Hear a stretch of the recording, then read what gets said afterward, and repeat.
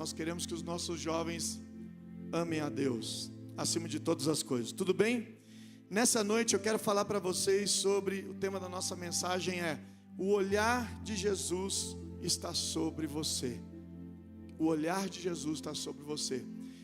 O texto que eu quero partilhar com vocês está lá em Lucas capítulo 22, os versos 61 e 62, diz assim: o Senhor voltou-se e olhou diretamente para Pedro, e então Pedro se lembrou da palavra que o Senhor lhe tinha dito: antes que o galo cante hoje, você me negará 3 vezes. Saindo dali, chorou amargamente. O outro texto, 1 Pedro capítulo 3, versículo 13, que diz: porque os olhos do Senhor estão sobre os justos, e os seus ouvidos estão atentos à sua oração. Quantos de vocês que já ouviram dizer que os olhos são a janela da nossa alma? Já ouviu essa expressão? Sim ou não? Sabe por quê? Porque os nossos olhos, eles transmitem muito mais daquilo que nós estamos percebendo ou sentindo, né? Os nossos olhos, né, ou os olhos de uma pessoa, são capazes de revelar o que cada um de nós carregamos no nosso coração. Às vezes a pessoa até fala: olha, eu estou bem, eu estou feliz e tal, mas quando você olha para ela de verdade, você vê que os olhos estão comunicando outra coisa, não é? Se você é uma pessoa muito observadora, você vai perceber isso com mais facilidade. Por quê, pastor? Porque os nossos olhos, eles são capazes de revelar palavras que não são o quê? Pronunciadas. Então eu vou te dar uma dica aí. Quando você vai conversar com alguém, fazer uma negociação, ou sei lá, você está conhecendo a pessoa, você quer saber se aquela pessoa é confiável ou não? A não ser que ela seja tímida, mas na grande maioria das vezes, as pessoas que não conseguem olhar nos seus olhos quando falam com você, não são pessoas confiáveis. Porque quem olha nos olhos de verdade não consegue mentir. Ou essa pessoa é um grande artista. Mas na grande maioria das vezes, as pessoas não podem resistir a um olhar verdadeiro. Existem vários tipos de olhar, né? Tem o olhar fulminante, tem o olhar da misericórdia, tem o olhar interesseiro, mais conhecido aí popularmente como olho grande, não é? Tem o olhar de medo, tem o olhar desconfiado, tem o olhar apaixonado, né? Tem alguns aí que estão bem apaixonados. E tem o olhar também triste. E tem o olhar do meu pai. Esse era massa, que eu sou de uma outra geração, né? E o olhar do meu pai era assim: ele combinava as coisas em casa, e se a gente não fizesse na casa de uma visita, ou sei lá, até na casa da própria avó, ele só fazia assim, ó. Ele só olhava uma vez. E rapaz, aquilo ali já era motivo de brotar uma ansiedade dentro do meu peito, porque eu sabia que quando eu chegasse em casa, a chapa ia esquentar. Eu não sei se alguém teve essa experiência, mas eu de verdade, eu agradeço a Deus por ter passado por isso, sabia? Porque foram esses valores que transformaram na pessoa que eu sou hoje. E isso é uma grande verdade. O nosso olhar, então, ele é um comunicador, né? Quando nós pensamos o que nós sentimos, o que nós vemos, o que nós falamos, o que nós ouvimos, não é? É possível identificar única e exclusivamente da forma como que você olha. Isso é bem comum entre marido e mulher. Às vezes eu vejo que a Rê está cansada e eu falo para ela, ela fala: não, eu estou bem. Só que quando eu olho nos olhos dela, não é o que está me passando. E ali então eu começo a ficar preocupado, porque eu quero que ela fique bem. Entende o que eu estou dizendo? Jesus, ele se comunicava muito assim, principalmente com os seus discípulos, né? Na verdade, o Senhor, ele já olha para nós há muito tempo. Então, para você que está aqui hoje e pensa que você não é percebido, que você não é notado, não é verdade? Tem muita gente que está vivendo essa condição de se sentir sozinho, que ninguém gosta de mim, por aí vai. Salmo 139, versículo 16 diz assim: os teus olhos viram o meu embrião. E eu sempre tenho dito isso. Olha que coisa mais linda, a Bíblia está dizendo que os olhos de Deus percebeu você, Ele viu você quando você era somente um embrião. Só por isso você já poderia ficar muito feliz por Deus ter essa condição de relacionamento conosco, porque Ele nos olha com olhos de amor. Amém, queridos? Se nós de verdade fixarmos os nossos olhos nesse olhar que é colocado sobre nós, então nós vamos encontrar algo que é altamente significativo. Por meio desse olhar, nós temos o que? Ajuda, proteção e salvação. Diga comigo assim: pelo olhar de Deus, diga mais forte, pelo olhar de Deus, nós temos ajuda, proteção e salvação. Não é incrível isso? 2 Coríntios capítulo 16, versículo 9 diz assim: pois os olhos do Senhor estão atentos sobre toda a terra, para fortalecer aqueles que se dedicam totalmente, o coração. Vou repetir: pois os olhos do Senhor estão atentos sobre toda a terra, para fortalecer aqueles que dedicam totalmente o quê? O coração. A primeira coisa que eu quero falar para vocês nessa noite é que o olhar de Jesus, Ele está sobre as suas fraquezas, porque o Senhor te deseja fazer forte. Você tem passado alguma luta em alguma área da sua vida? Você tem achado que em determinado momento da sua vida não tem mais esperança para você? Deus te trouxe aqui nessa noite para dizer para você que Ele quer pegar a sua fraqueza e fazer de você uma fortaleza, em nome de Jesus. Ele quer que você entregue nessa noite no altar do Senhor tudo aquilo que tem afligido o seu coração, para que você se torne uma pessoa forte.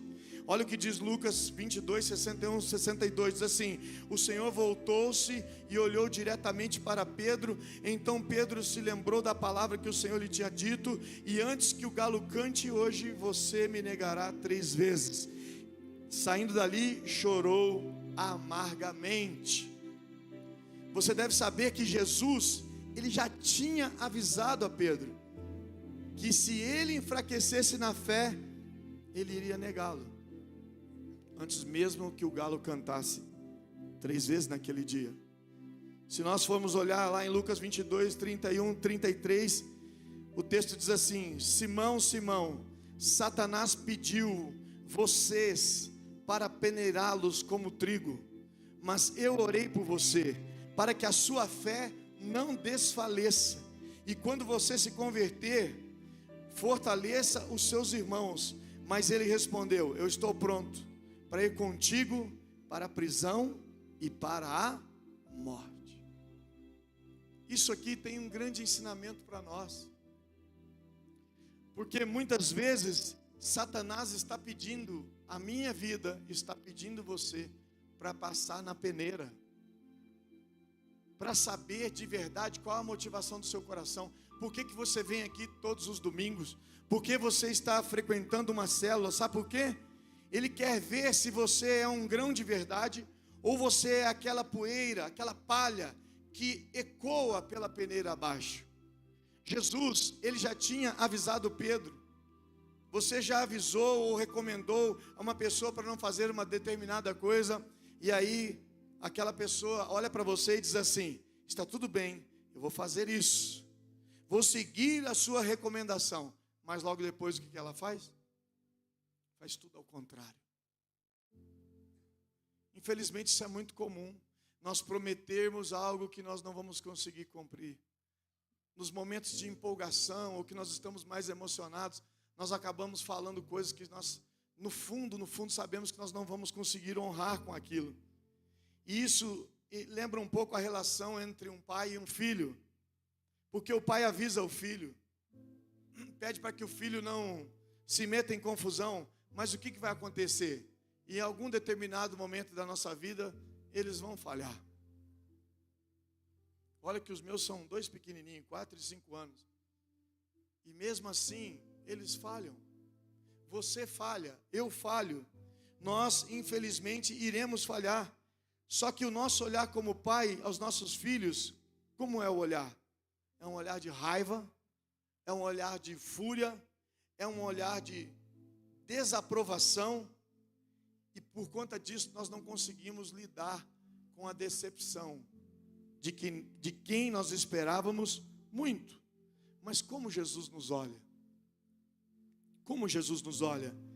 Ele consegue se conter, ele consegue dominar a sua emoção, e Jesus nos olha com um olhar de perdão. Jesus sempre vai olhar para cada um de nós com um olhar de perdão. Isso é muito interessante, porque é certo que Jesus, ele não suporta o que é mal, e isso é verdade.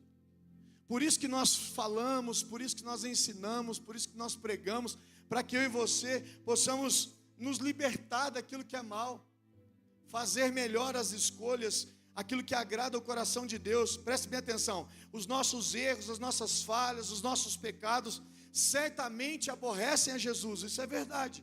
Mas mesmo em meio às nossas fraquezas, Jesus olha para mim, para você, e diz, através da minha vida para você nessa noite, Ele diz assim: eu vou te dar outra oportunidade, eu vou te dar uma nova chance, a chance de acertar e de vencer todas as suas fraquezas. Eu não sei qual área da sua vida você está sofrendo muito, eu não sei qual área da sua vida você realmente tem falhado, mas eu quero dizer uma coisa para você: se você está aqui nessa noite, é porque Jesus está te dando uma nova chance. Jesus está dizendo para você que Ele está disposto a passar a borracha e começar tudo de novo. Amém? Quero que você creia nisso, sabe? Porque foi para isso que você veio aqui, você não veio por acaso. Porque Deus está disposto nessa noite a te dar o quê? Uma nova oportunidade. Uma nova oportunidade. Entende que as pessoas, elas não têm misericórdia. Entende que o ser humano, ele não é capaz de amar como Jesus. Por isso que você não deve se importar com o que as pessoas pensam de você. Eu comentei sobre o brechózinho lá, mas no fundo eu chorei de dar risada. Sabe por quê? Porque eu não estou nem aí. Fale o que quiser. Eu não tenho que provar nada para ninguém. A única pessoa que realmente eu tenho que procurar todos os dias cuidar, estar perto, me relacionar, é Deus. Sabe por quê? Porque Ele é tudo que eu tenho. Ele jamais vai me desamparar, Ele jamais vai me abandonar. Mesmo em meio às minhas fragilidades, Ele está sempre pronto a perdoar. É lógico que as consequências daquilo que eu faço errado, eu mesmo vou colher, é fato. Mas Deus está disposto a passar uma borracha nessa noite, em nome de Jesus, amém? Amém, queridos? Você crê nisso ou não? Uma nova forma ou uma nova oportunidade para você. A primeira é: Deus quer que você consiga reconstruir sua família. Porque quando de nós estamos querendo se meter na família de alguém, enquanto a nossa família está destruída, não é? Eu quero ser uma pessoa boa para os outros, mas a minha esposa está com depressão em casa.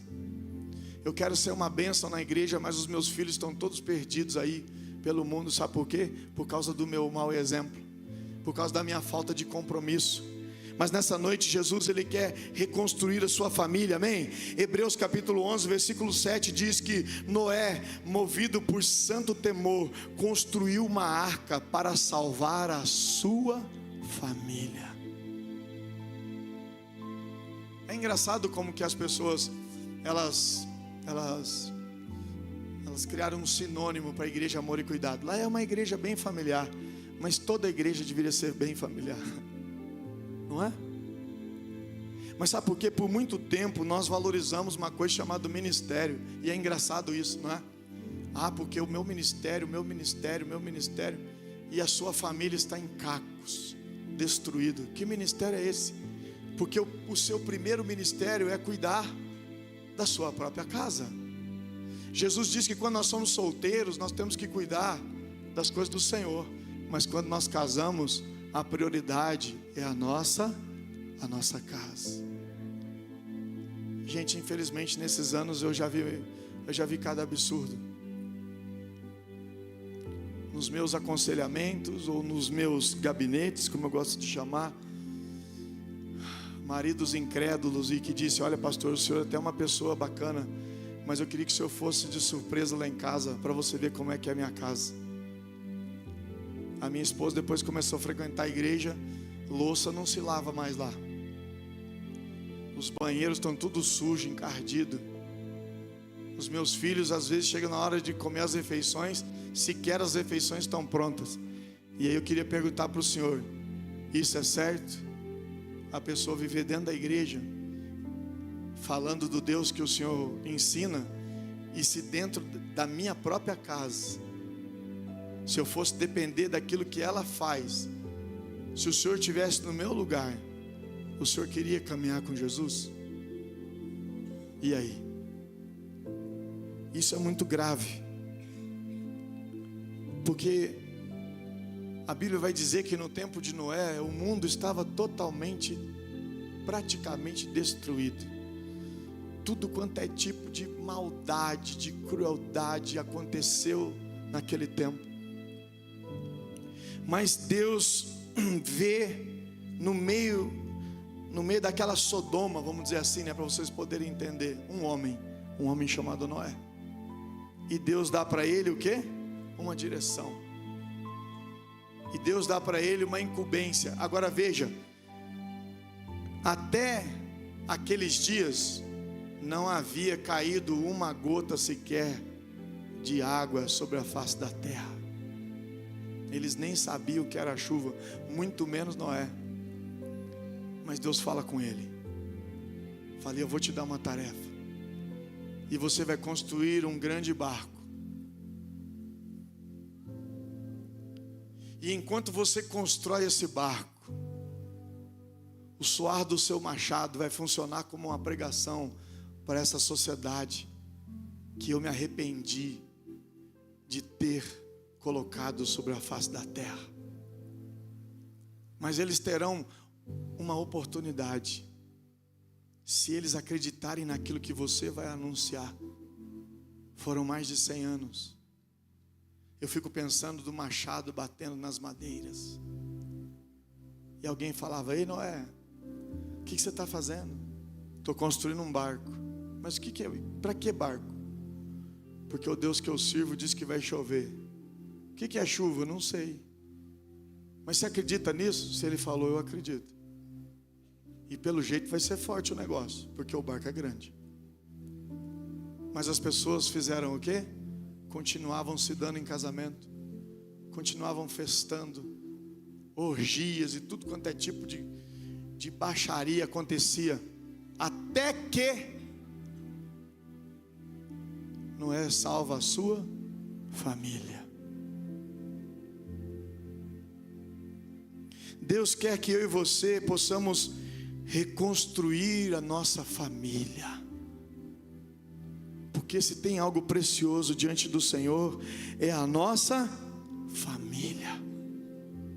Sabia que o seu dedicar para a sua família vai fazer com que pessoas que são incrédulas queiram conhecer o Deus que você serve? Pela forma como a esposa trata o marido, como o marido trata a esposa, como os filhos tratam os pais. Não existe o evangelho mais bem pregado do que esse. Porque esse aí que Deus dá o dom para a pessoa, e ela só é um veículo nas mãos de Deus, porque ela vive uma coisa no altar, e quando ela sai daqui, ela faz da vida dela o que ela quer, e Deus só tem um compromisso com essa pessoa: a palavra que sai da sua boca, porque Deus não pode negar a sua palavra. E volta a repetir, não se engane, isso não quer dizer nada, porque alguma pessoa tem uma influência, porque uma pessoa conseguiu, sei lá, gravar uma música que explodiu no mundo inteiro. Mas o que vale mesmo são os frutos. Os frutos que você dá. Porque é dessa árvore que você é e que eu sou. São esses frutos que vai mostrar se o Deus que você serve, Ele está com você ou não está com você. É sobre isso. Por isso, queridos, do fundo do meu coração, eu não me impressiono com performance. Eu não me impressiono com pessoas que elas são uma bênção para aquilo que a gente chamamos de estrutura organizacional, se quando nos bastidores ela não sabe falar um por favor, dá licença. Porque eu não consigo imaginar Jesus sendo estúpido ou mandando nas pessoas. Eu já disse isso. Igreja muitas vezes é lugar de gente que nunca deu certo em nada na vida, e daí na igreja quer arrumar um carguinho para poder sobressair na vida dos outros. Só que você está construindo erradamente para você mesmo, porque Deus não partilha disso. Eu e você tínhamos que ter assim uma mecânica de leitura todos os dias, começando no Novo Testamento, e você deveria até decorar os livros do Evangelho, porque ali está a maior sabedoria para eu e você sabermos o que é ser um cristão de verdade. É você andar nos mesmos lugares que Jesus andou, é você falar as mesmas coisas que Jesus falou, é você orar da mesma maneira que Jesus orou. E veja, eu e você, às vezes alguém nos pede uma oração e a gente fala na força de expressão, eu vou orar por você, mas o texto que eu li, Jesus ora por Pedro, única e exclusivamente por uma pessoa. Porque de verdade, uma pessoa para Deus vale mais do que o mundo inteiro. Às vezes o que Deus quer fazer através de você vai começar com uma única pessoa. Quem, pastor? Se você é casado, a sua esposa, seu marido. E a sua fidelidade ali vai te colocar em lugares inimagináveis. Sabe por quê? Porque você foi fiel. Segunda coisa, Ele quer reconstruir os nossos relacionamentos. Colossenses capítulo 3, versículo 13 diz: suportem-se uns aos outros e perdoem as queixas que tiverem uns contra os outros. Perdoem como o Senhor lhes perdoou. Eu e você precisamos reconstruir relacionamentos que foram destruídos. E o texto é claro em dizer que nós temos que suportar uns aos outros. E suportar não é no sentido, eu não suporto fulano, no sentido de, se eu pudesse escolher, a minha opção não era nem ver essa pessoa na minha frente. Não. O sentido da palavra original aqui é você dar o quê? Suporte. É olhar para quem está do teu lado e profetizar uma palavra de paz, uma palavra de alegria, liberar uma palavra de prosperidade. Rapaz, é tão engraçado, eu estou vendo isso, né, na live, que Deus colocou isso no meu coração, essa estratégia, todos os dias, 11 horas da noite, lá do meu cafofinho lá, e tem uma galera me acompanhando. Essa semana, segundo os insights lá que o Instagram libera, a gente alcançou mais de 1.500 pessoas. E alguém vai dizer, que perda de tempo, porque é sempre assim, não é? Que perda de tempo, que desnecessário. Querido, se você não pode assistir, porque no outro dia você tem que acordar cedo, está tudo bem. Mas gastar o seu tempo de criticar algo que você nem sabe o que Deus está fazendo. E nós não podemos parar. Entende o que eu quero dizer? Porque se você é tão bom assim, dê suporte para as pessoas. Eu falo aqui para a galera do louvor, cara, ainda bem que essa turma aqui não me dá trabalho, porque se eles me dessem trabalho, para mim era muito mais fácil fazer como essas igrejas emergentes, famosinhas. Eu escolhi os melhores para andar comigo, porque pelo menos comigo eles teriam respeito para andar comigo, e todo final de semana era um show incrível, entendeu? e a música ficaria perfeita, o que nós apresentássemos aqui ficaria perfeito, e o resto, que se lasque. Porque esse é o caminho que mais fácil. Mas quando eu decido cuidar daquilo que é mais importante para Deus, e o que é, pastor? Pessoas. Então eu tenho que aprender a lidar com pessoas, e isso constrói pontes e não destrói. Por isso que eu não tenho dificuldade nenhuma de falar que o Cassian é um excelente guitarrista, e é mesmo, e canta muito bem. Às vezes ele é meio chato, mas ele é um excelente músico. Mas sabe por que ele é chato? Porque quer as coisas certas. Sabe por que ele é chato? Porque ele pediu para tirar a música na semana inteira e o cara não fez o que tinha que fazer. E aí o certo começa a ser o errado, e o errado é o certo. É a mesma coisa eu me enfurecer hoje que a gente teve esse problema aqui na iluminação, e aí quando acabar o culto eu chamar quem é responsável aqui e arrebentar eles no meio. Mas será que Jesus faria isso? Sim ou não? Sim ou não? Não, porque isso não representa o reino de Deus. E isso é reconstruir relacionamentos. Isso é estar disposto, se preciso for, a baixar o nível, para que outros possam crescer, para que outros possam avançar, para que outros sejam usados por Deus. Porque a minha missão como pastor vai ser quando eu sentar ali naquela cadeira e eu assistir um culto inteiro, do começo ao fim, sem precisar fazer nada, e tudo funcionando perfeitamente, e eu posso dizer que eu consegui ser um bom pastor na função que Deus me colocou, amém? É quando eu não aparecer mais, mas Cristo brilhar de verdade. Cara, eu louvo a Deus de verdade. Eu louvo a Deus pela igreja o qual eu sou pastor.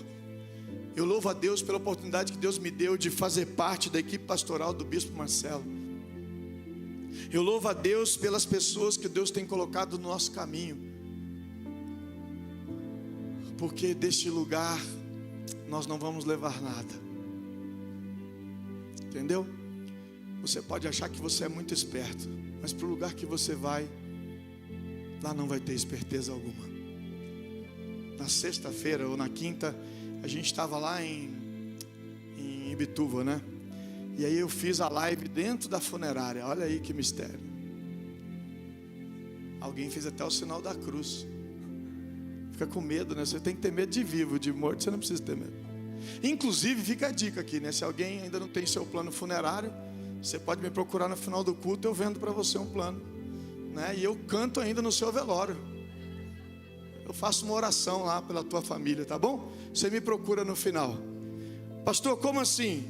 Eu poderia muito bem fazer um videozinho, dizer, gente, deu tudo ruim aqui e eu não vou conseguir chegar a tempo, a gente marca amanhã. Pergunta para a Rê o que a gente fez.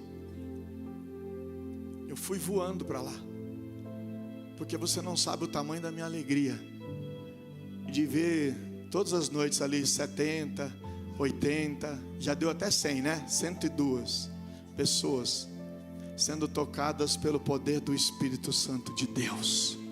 Entende que a minha vida e a sua vida, ela precisa refletir Jesus, porque Ele é tudo o que eu tenho. Olha que lindo, Jesus, Ele quer reconstruir os seus sonhos. Quantos de vocês aí que não têm sonhado mais? Salmo 126, versículo 1 a 3 vai dizer: quando o Senhor nos libertou da nossa vida, parecia um sonho, e o Senhor fez grandes milagres por nós. Você não está sonhando mais? Você deixou de acreditar nas promessas de Deus? Nessa noite eu quero dizer para você, volte a sonhar, porque o Senhor vai reconstruir tudo na sua vida, em nome de Jesus, amém? Quarto, Jesus, Ele quer reconstruir a sua própria vida. Sofonias, capítulo 3, versículo 20: e eu lhes darei honra e louvor entre todos os povos da terra, quando eu restaurar a sua sorte diante dos seus próprios olhos, diz o Senhor. Quer receber essa palavra como profética sobre a sua vida? Faça com a sua mão assim e eu vou repetir. Eu lhe darei honra e louvor entre todos os povos da terra, quando eu restaurar a sua sorte diante dos seus próprios olhos, diz o Senhor. Quantos creem nessa palavra? Quem está comigo aí então? Dá um glória a Deus. Diga aleluia. Olha para o seu vizinho e fala: receba essa palavra em nome de Jesus. Aleluia, é isso aí. Segundo, o olhar de Jesus está sobre as suas lágrimas. Sabe por quê? Porque o próprio Jesus deseja consolar você. Aqui, Lucas 22:62 vai dizer que Pedro chorou amargamente, não é? Sabe por que Pedro estava chorando amargamente? Porque ele caiu em si a respeito daquilo que Jesus tinha falado sobre ele. As lágrimas de Pedro, elas comoveram o coração de Jesus. Olha que lindo. Salmo 126, versículo 6 diz assim: aquele que sai chorando enquanto lança a semente, voltará com cantos de alegria, trazendo os seus feixes. E aí tem uma música que diz assim: o choro, ele pode durar uma noite, mas a alegria, ela vem pela manhã. Mas você não pode desistir. Quais são as duas palavrinhas que a gente fala na live, quem está assistindo lá? 3 na verdade, né? Eu vou mudar. E eu peço o pessoal a escrever. E o povo escreve. Eita glória. Eu vou mudar. Vira para quem está do seu lado e fala assim: eu vou mudar e você também. Fala com fé: eu vou mudar e você também. Olha que coisa incrível. Eu fico impressionado no primeiro momento, né, na primeira hora após Jesus ter ressuscitado. Mas foi ao túmulo de Jesus, Maria foi ao túmulo de Jesus e ela encontrou o quê? O sepulcro aberto. Então se pôs a chorar, e enquanto chorava, olhou para dentro do sepulcro, mas não viu o corpo de Jesus. Então ficou ali chorando em profunda tristeza. Mas sabe o que me impressiona? É isso aqui, ó. O Cristo vivo estava ali, aleluia. Vendo ele as lágrimas de Maria, Jesus disse ele: mulher, por que está chorando? João capítulo 20, versículo 15. Sabe por que Jesus faz essa pergunta? Porque Jesus vê as nossas lágrimas. Sabia que Jesus vê suas lágrimas? Sabia que Jesus vê as suas dores? Sabia que Jesus vê as suas ofensas? Sabia que Jesus vê as humilhações que você passa? E eu quero dizer para você que nenhuma lágrima que rolou do seu rosto, debaixo de uma injustiça, vai ficar sem resposta diante de Deus. Porque vocês são a menina dos olhos de Deus. Vocês são a menina dos olhos de Deus. Você precisa entender isso, tem que ficar claro na sua vida. Jesus ficou ali de tal maneira comovido com o choro de Pedro, que tão logo ocorreu a sua ressurreição, um anjo vestido com roupas brancas, assentado à direita do sepulcro, disse às mulheres, Marcos 16, 6 e 7 diz assim: não tenham medo, disse ele, vocês estão procurando Jesus o Nazareno que foi crucificado. Ele ressuscitou, não está aqui. Vejam o lugar onde havia o posto. Vão e digam aos discípulos dele e a Pedro. O anjo não podia ter dito: olha, vão e fala para os discípulos, está tudo certo. Mas a ordem era completa. Por quê? Porque Pedro precisava saber que as suas lágrimas foram vistas pelo Senhor. Entende isso?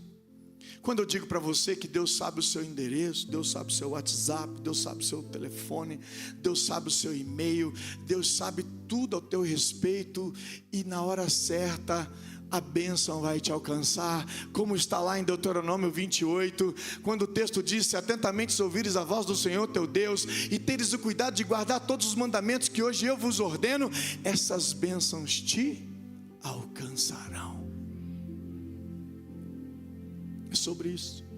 Eu e você precisamos estar conectado com o Pai.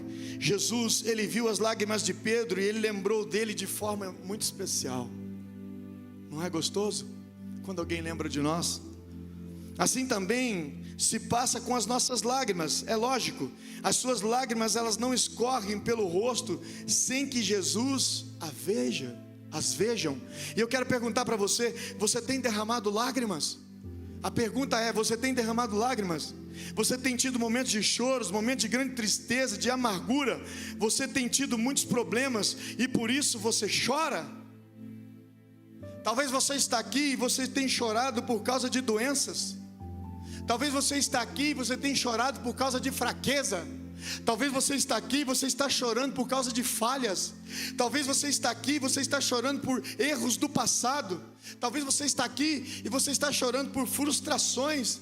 Talvez você está aqui e você está chorando porque foi traído. Mas preste bem atenção, o Senhor Jesus tem visto as tuas lágrimas, e cada lágrima dessa não vai ficar sem resposta diante de Deus. Sabe por quê? Talvez você seja uma pessoa que chora sem que ninguém saiba. O seu marido, a sua esposa, você se esconde porque você tem que sempre ser forte. Mas Deus diz para você nessa noite: ei, eu estou vendo. E nessa noite eu trouxe você aqui para restaurar o seu casamento. Eu te trouxe aqui para restaurar a sua personalidade. Eu trouxe você aqui para dizer para você que eu ainda acredito em você. Por mais que as pessoas já te condenaram, já disseram que a sua vida não tem mais jeito, nessa noite, se você entender, eu visito o seu mais íntimo e eu transformo a tua história para sempre. Sabe por quê, queridos? Não é os olhos do pastor Eric, mas são os olhos de Jesus. Uau! E certamente é porque você desconfia que ninguém te compreenderá. Ninguém vai defender você. Não importa quanto você se esconda, todos podem não saber do seu choro. Mas Jesus manda eu te dizer: eu vi as tuas lágrimas. Jesus está usando a minha vida para dizer para você: eu vi as tuas lágrimas. Jesus está dizendo para cada um de vocês que estão aqui nessa noite: eu tenho visto a sua lágrima, porque elas não passaram desapercebidas diante de mim. E isso é maravilhoso. E hoje Jesus vê as suas lágrimas, e se você confiar e entregar a Jesus o motivo das suas lágrimas, como servo de Deus, eu lhe digo isto em nome do Senhor Jesus Cristo. Salmo 30, versículo 5, que diz assim: pois a sua ira só dura um instante, mas o seu favor dura uma vida toda. O choro pode persistir uma noite, mas de manhã irrompe a alegria. Olha que texto, olha que preciosidade. Pastor, Deus fica irado? Está aqui. Você tem dúvida? Está escrito aqui. Mas é por quanto tempo? É por um instante. Uau! Mas o seu favor dura uma vida toda. Quem está precisando do favor de Deus? Quem nessa noite está precisando do favor de Deus? Porque o favor de Deus sobre nós, ele dura uma vida toda. E o choro pode persistir uma noite, mas de manhã irrompe a alegria. Você precisa crer nisto, em nome de Jesus. Amém? 3. O olhar de Jesus está sobre o seu coração, porque Ele se importa com a sua dor. Eu vou falar uma coisa para você. A pior dor que eu já senti na minha vida foi a dor de quando eu tive a depressão. Foi a dor da traição. Foi a dor de pessoas falsas. Foi a dor de abrir meu coração para pessoas erradas. Foi a dor de esperar de muitas pessoas aquilo que eles não podiam entregar nem para eles mesmos. E sabe qual é o sentimento que gera em nós? Uma dor tão profunda que não há remédio, que não há oração, que não há versículo bíblico. A impressão que você tem é que Deus foi embora. A impressão que você tem é que você está condenado ao fracasso. Mas o Salmo 139 diz que se eu fizer a minha cama no inferno, Deus está lá. Sabe por quê? Não existe um lugar na face da terra que você possa se esconder de Deus. Entende? E isso, gente, é glorioso, porque se Jesus está com um olhar sobre o meu coração, automaticamente, falando de mim, Ele sabia o que estava acontecendo comigo. Olha o que diz a palavra do Senhor, João 21, capítulo 21, versículos 15 a 17 diz: depois de comerem, Jesus perguntou a Simão Pedro: Simão, filho de João, você me ama mais do que estes? Disse ele: sim, Senhor, tu sabes que eu te amo. E disse Jesus: cuida dos meus cordeiros. Novamente Jesus disse: Simão, filho de João, você me ama? E ele respondeu: sim, Senhor, tu sabes que eu te amo. E disse Jesus: pastorei as minhas ovelhas. E pela terceira vez ele disse: Simão, filho de João, você me ama? E Pedro ficou magoado, porque Jesus lhe ter perguntado pela terceira vez: você me ama? E ele lhe disse: Senhor, tu sabes todas as coisas, e sabes que te amo. E disse-lhe Jesus: cuida das minhas ovelhas. Jesus estava olhando para dentro de Pedro, para o coração de Pedro, quando perguntou: Pedro, você me ama mais do que estes outros? E não dava para Pedro se esconder de nada de Jesus, sabe por quê?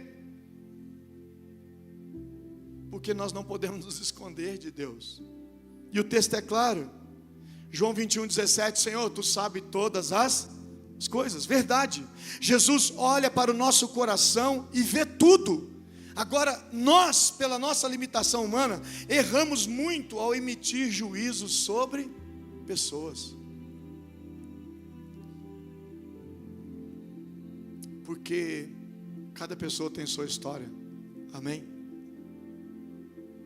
Você não pode tomar decisões e atitudes baseadas em boatos. Porque você carrega a glória de Deus na sua vida. O ser humano, ele pode falhar, é verdade, mas Deus não falha. É tanta gente machucada, é tanta gente que se decepcionou com o líder, é tanta gente que se decepcionou com não sei o quê, é tanta gente que o pastor prometeu e não cumpriu. E eu vou falar uma coisa para você: a conversão aí nunca foi por Jesus, mas foi por homens. E aí eu fico pensando, Jesus não tem nada a ver com a história, e nós somos os primeiros a abandoná-lo. Mas mesmo que você faça isso, Ele não te abandona. Sabe por quê?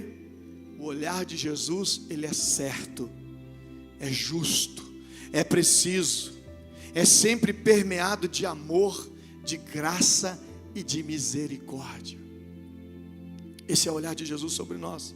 Jesus não está olhando para você para te condenar, mas sim para o amá-lo, para salvar você e para abençoar você.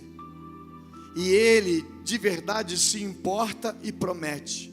Apocalipse 21, capítulo 21, versículo 4 diz: e Ele enxugará dos seus olhos toda lágrima.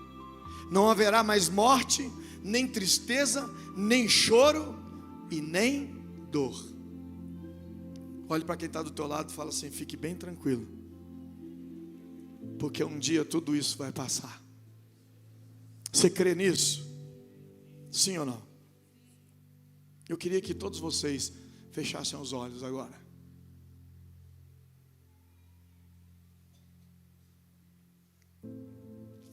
Eu queria que você pudesse sentir a sua respiração aí.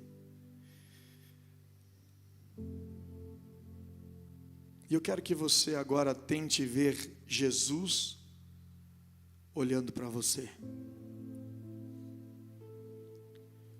Jesus está lançando um olhar sobre você, um olhar de amor.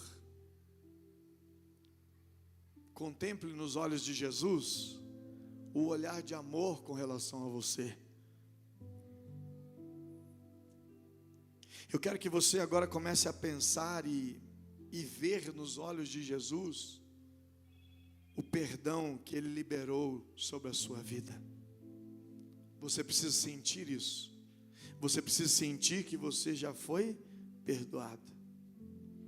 Eu quero que você, com os olhos fechados, olhe para Jesus e veja nos olhos de Jesus o cuidado que Ele tem por você. O cuidado que Ele tem por você. Os livramentos. As provisões.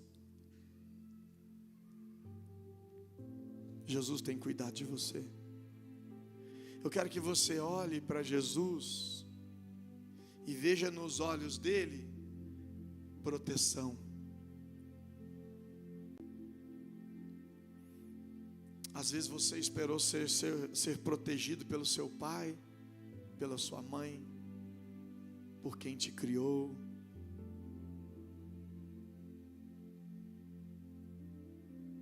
Mas essas pessoas falharam com você. Às vezes quem você achou que ia te proteger, infelizmente abusou de você. Emocionalmente, psicologicamente, fisicamente. Mas Jesus não. Jesus te dá proteção. Aleluia. Jesus está olhando para você. Jesus está olhando para você.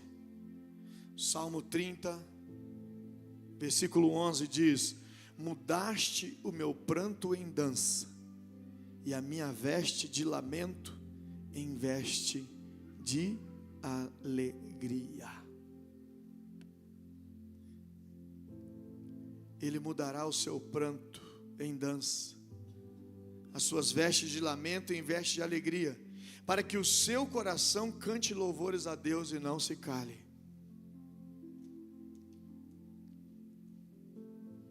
Abra agora mesmo o seu coração para Jesus. Abra a sua vida para Jesus. Sabe por quê? Porque Ele olha para as suas fraquezas.